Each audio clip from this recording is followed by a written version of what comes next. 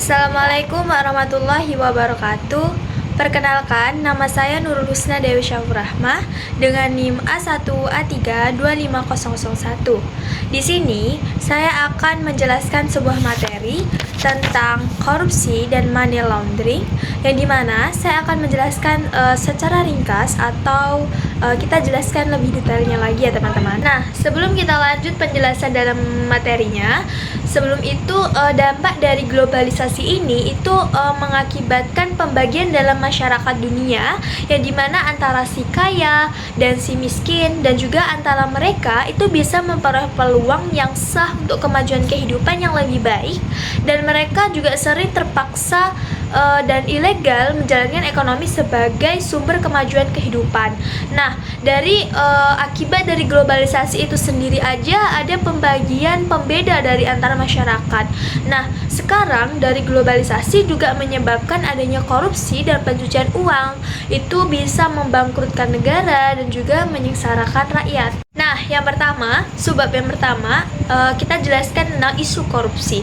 Isu korupsi ini pada tahun 1990-an itu menjadi permasalahan yang dimana mendapatkan perhatian khusus dan juga intensif karena persoalan korupsi ini telah berkembang dan menjangkit dalam komunitas internasional juga. Komunitas internasional itu menyebutnya sebagai Global Corruption Epidemic dan juga menganggapnya sebagai suatu masalah yang penting dan juga membutuhkan penyelesaian yang baru. Nah, fenomena korupsi ini telah menyebar melewati batas-batas nasional sehingga tak hanya terjadi di Indonesia saja, melainkan juga merambat ke negara lain. Nah, selanjutnya ada pengertian dan bentuk-bentuk korupsi. Istilah korupsi itu menjadi kata yang sangat populer sejak masa reformasi di Indonesia loh teman-teman. Istilah ini sering dikatakan dengan istilah lain yaitu korupsi kolusi dan juga nepotisme atau KKN.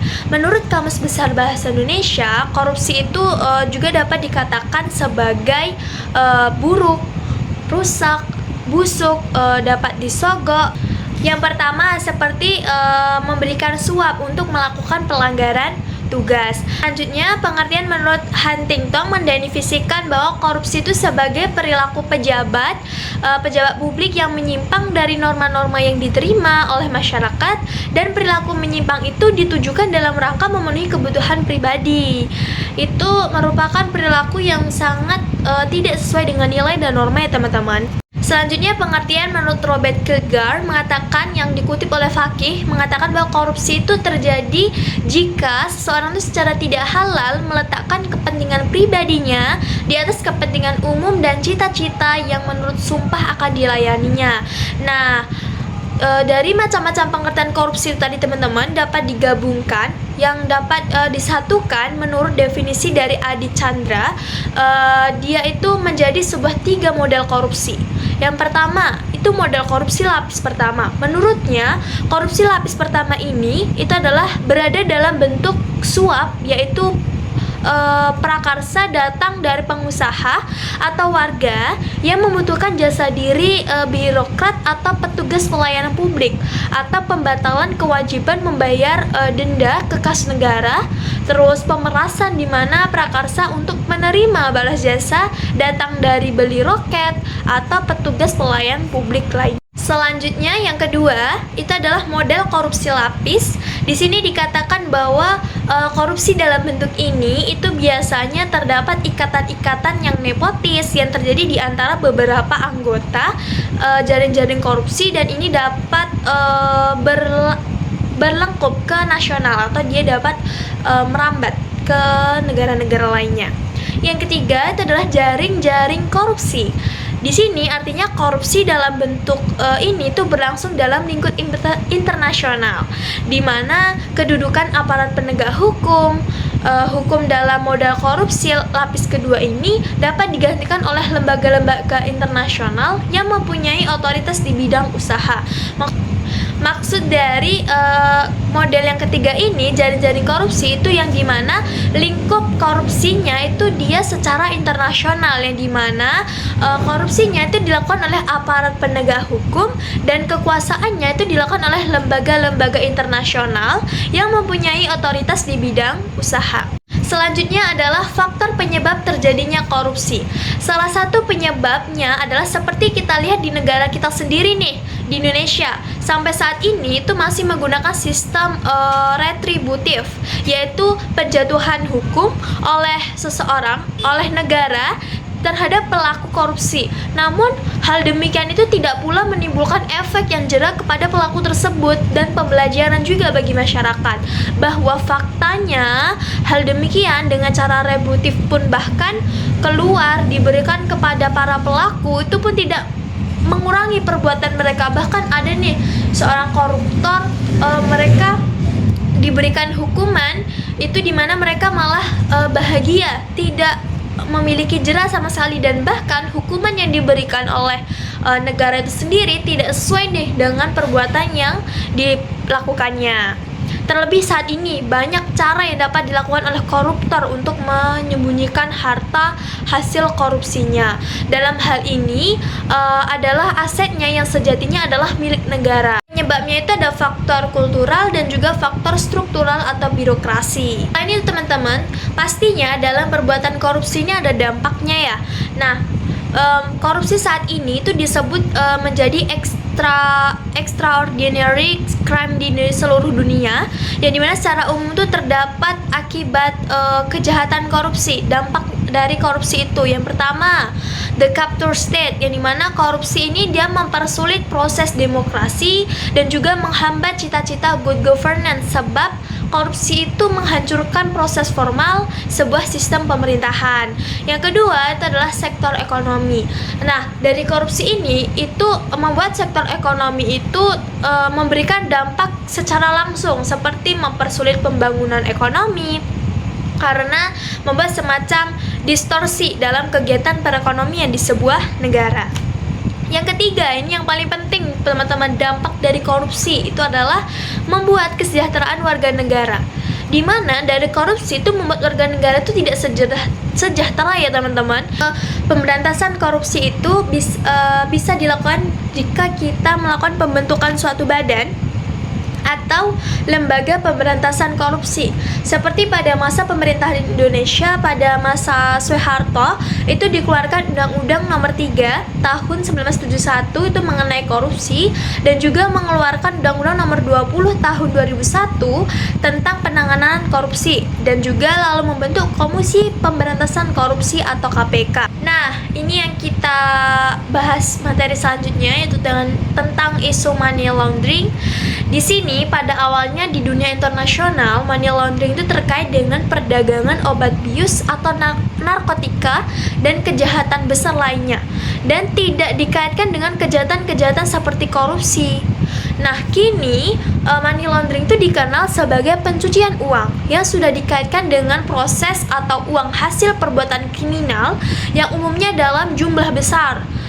Sementara di berbagai negara termasuk Indonesia, uang yang diperoleh dari hasil korupsi adalah termasuk kategori kriminal. Maka masalah money laundering dikaitkan dengan perbuatan korupsi juga teman-teman. Sekarang kita masuk ke pengertiannya. Pengertiannya itu apa sih sebenarnya itu money laundering? Nah, menurut Reuter dan Truman, pencucian uang atau money laundering ini adalah pengonversian hasil pendapatan atau pemasukan dari tindak kriminal menjadi aset yang tidak bisa dilacak kembali pada tingkat kejahatan awal titik pendapatan, yang dimana ini bisa berasal dari tindak kejahatan seperti perdagangan ilegal, terus penyelundupan, serta perdagangan narkoba, trafficking, korupsi. Nah, itu menurut Reuter dan Truman. Selanjutnya adalah tahapan money laundering. Nah, ternyata di money laundering atau pencucian ini dia ada tahapannya loh teman-teman. Tahapannya pertama itu adalah tahapan menempatkan. Artinya di sini adalah tahapan pengumpulan dan penempatan uang hasil kejahatan pada suatu bank atau tempat tertentu yang diperkirakan antara guna mengubah bentuk uang tersebut agar tidak teridentifikasi. Yang kedua, itu adalah tahap pelapisan, yang artinya upaya untuk mengurangi jejak asal-muasal uang yang diperoleh atau ciri-ciri asli dari uang hasil kejahatan tersebut, atau nama pemilik uang hasil itu tidak dipidana, seperti itu. Terus dari model laundering teman-teman, menurut Badan Pengawas Keuangan atau BPK, di Indonesia terdapat modus money laundering. Itu terdapat tipologinya. Yang pertama ada tipologi dasar. Di sini terdapat modus orang ketiga, terus ada modus topeng usaha sederhana, terus ada juga modus perbankan sederhana juga. Yang kedua, itu ada tipologi ekonomi. Di sini terdapat model smurfing, yakni pelaku menggunakan rekan-rekannya untuk memecah sejumlah besar uang tunai. Dampaknya yaitu cara perolehan uang yang ilegal itu mengganggu jalannya mekanisme pasar. Lalu transaksi keuangan untuk melegalkan hasil perolehan yang ilegal itu membawa dampak penurunan produktivitas masyarakat. Kalau di pencucian uang ini, upayanya pertama know your customer. Artinya di sini prinsip mengenal nasabah adalah prinsip yang diterapkan oleh bank untuk mengetahui sejauh mungkin identitas nasabahnya serta memantau kegiatan transaksi nasabahnya, termasuk kegiatan pelaporan terhadap transaksi yang mencurigakan. Yang kedua, pembangunan unit kerja khusus. Dan yang ketiga, itu adalah kebijakan customer due diligence dan enhanced due diligence, yang artinya proses di mana bank itu harus mengidentifikasi, terus memverifikasi dan memantau transaksi untuk memastikan kesesuaiannya dengan profil nasabah. Nah, jadi di sini kesimpulannya teman-teman, bahwa di era globalisasi itu masalah korupsi dan juga masalah pencucian atau money laundering ini itu merupakan menjadi semakin marak karena eksistensi dari tindak kejahatan ini itu melibatkan banyak faktor penyebab yang juga melintasi batas-batas nasional. Nah, selain itu teman-teman, upaya dari money laundering itu sendiri ataupun dari korupsi itu sendiri sebenarnya cepat dalam penanganannya, tapi di balik itu harus ada komitmen yang kuat, harus ada kerjasama yang kuat dari komunitas penanganannya, seperti itu. Nah, selain itu juga lembaga yudikatif itu harus konsisten dan bertanggung jawab dalam penegakan rule of law secara profesional tanpa pandang bulu. Ini itu yang dapat saya jelaskan. Saya akhiri. Wassalamualaikum warahmatullahi wabarakatuh.